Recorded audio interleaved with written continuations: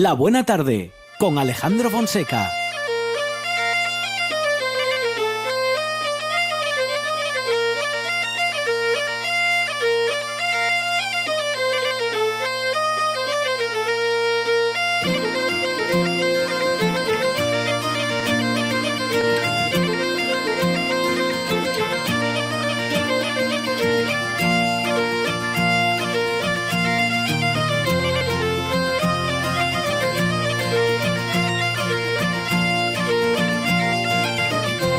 Las empresas por antonomasia de Asturias que está de aniversario, y no uno cualquiera, porque Sidra el Gaitero celebra esta semana sus 130 años de historia. A lo largo de más de un siglo han sido muy diversas y con distintas profundidades las crisis que han vivido en el Gaitero, así que a buen seguro esta que vivimos en las últimas semanas no les asusta, o lo hace más bien poco. Hoy nos lo cuenta José Cardín y también Ricardo Cabeza, respectivamente vicepresidente y director general del Grupo El Gaitero. José, ¿qué tal? Buenas tardes. Muy buenas tardes. Bueno, Ricardo, bienvenido.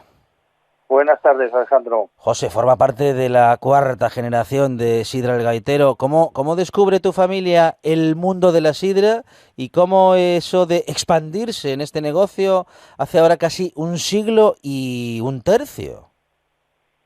Pues lo descubre de una manera muy sencilla. Estaban en la migración en México, eran industriales, tenían sus negocios, y detectaron una necesidad la necesidad de hacer algo para conservar la sidra que se consumía en grandes cantidades por la población asturiana o de origen asturiano de allá de México. Y lo que hicieron fue, pues, una vez reincorporados a Vía Viciosa, establecer una sociedad junto con unos comerciantes de Vía Viciosa y unos industriales para champanizar la sidra, y de esta manera, con el carbónico añadido, conservarla para que hiciera un viaje tan largo como el que entonces era ir a América. Y así empezó todo. De modo que así nació la sidra champanada, para que soportase el viaje tan largo, José. Efectivamente, el viaje tan largo y la cantidad de tiempo y de diferencias de temperatura que tenía que soportar. Y realmente en Asturias ya había una inquietud en ese sentido. Es posible que fuera Industria Sima la primera que hiciera las primeras pruebas con sidra champanizada, pero bien es cierto que desde el Gaitero, desde Valle, Ballina y Fernández, se desarrolló el producto y se promocionó y se comercializó con más éxito. Bueno, una historia muy interesante, porque justamente a partir de esa decisión, Ricardo, no solamente Sidra el Gaitero crece de manera exponencial, sino que además se convierte en un producto internacional, y por otra parte, modifica las costumbres de otras latitudes, porque en aquellas latitudes aún a día de hoy la sidra que se conoce y se reconoce de una forma más popular es justamente la sidra achampanada, Ricardo. Sí, bueno, la sidra, como decía José Cardín, para poder llevarla a esos países de Latinoamérica especialmente, hubo que transformarla. El producto nuestro, natural y que todos conocemos de escanciar, no soportaba el tránsito del Atlántico, ¿no? Y bueno, por ahí empezó todo, pero no solo que nos quedamos ahí, sino que luego pues se desarrollaron otras sidras de calidades diferentes, con carbónicos propios y naturales, con segunda fermentación. O sea que nosotros nacimos de una innovación para poder transportar la sidra, y lo llevamos en el ADN. ¿Ha cambiado mucho la forma de hacer sidra, José? ¿Ha cambiado mucho el método de producción? Pues no, vamos a ver, la sidra base se sigue haciendo esencialmente como se hacía hace 130 años, es decir,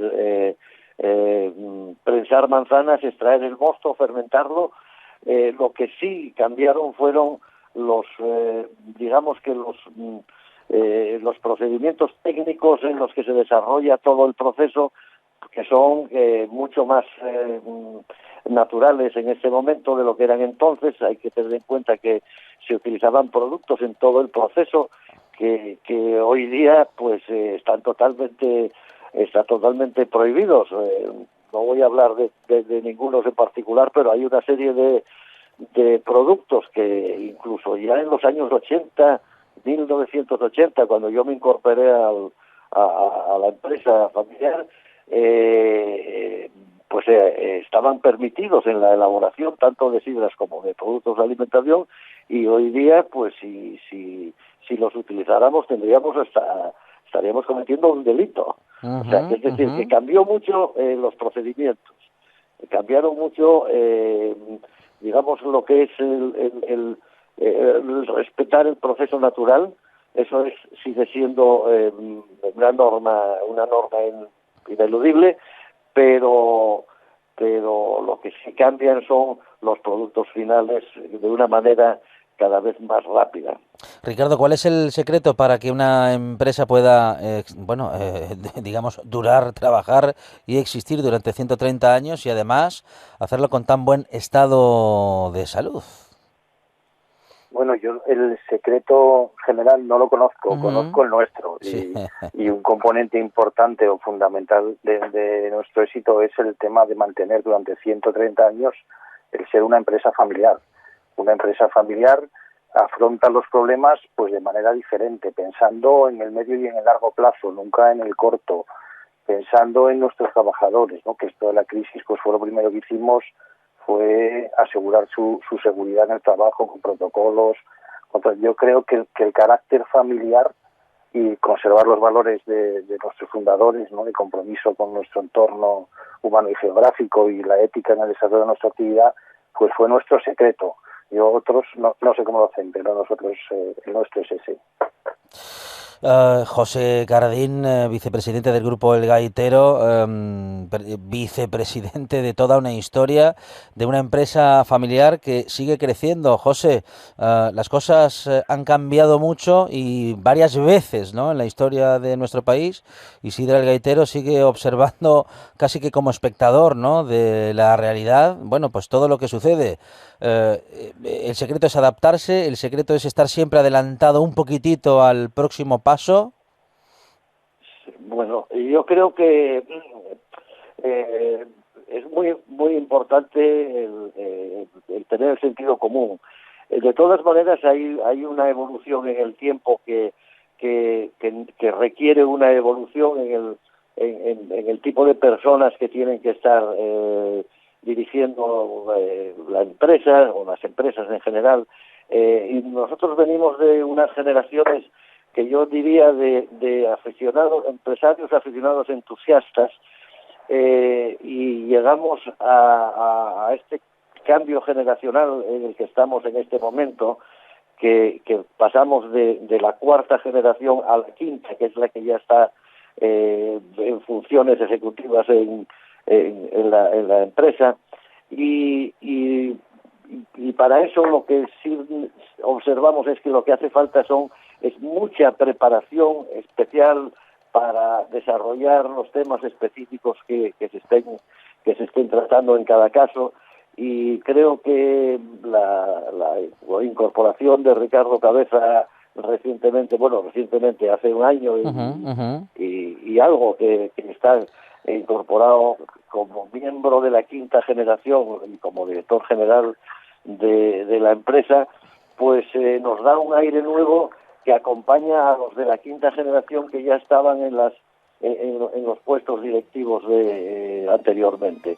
Y yo creo que lo que hay que hacer es tener la cabeza fría, hay que tener en cuenta que pasamos, la empresa pasó desde la guerra de Cuba y Filipinas y toda esa historia, pasó por la Primera Guerra Mundial, pasó por la gripe del 18, pasó por la Segunda Guerra Mundial, pasó por la Guerra Civil, pasó por toda la época de la posguerra. Y es que 130 años de historia dan para mucho. José Cardín, Ricardo Cabeza, nos queda pendiente una conversación. Compañeros, gracias y enhorabuena.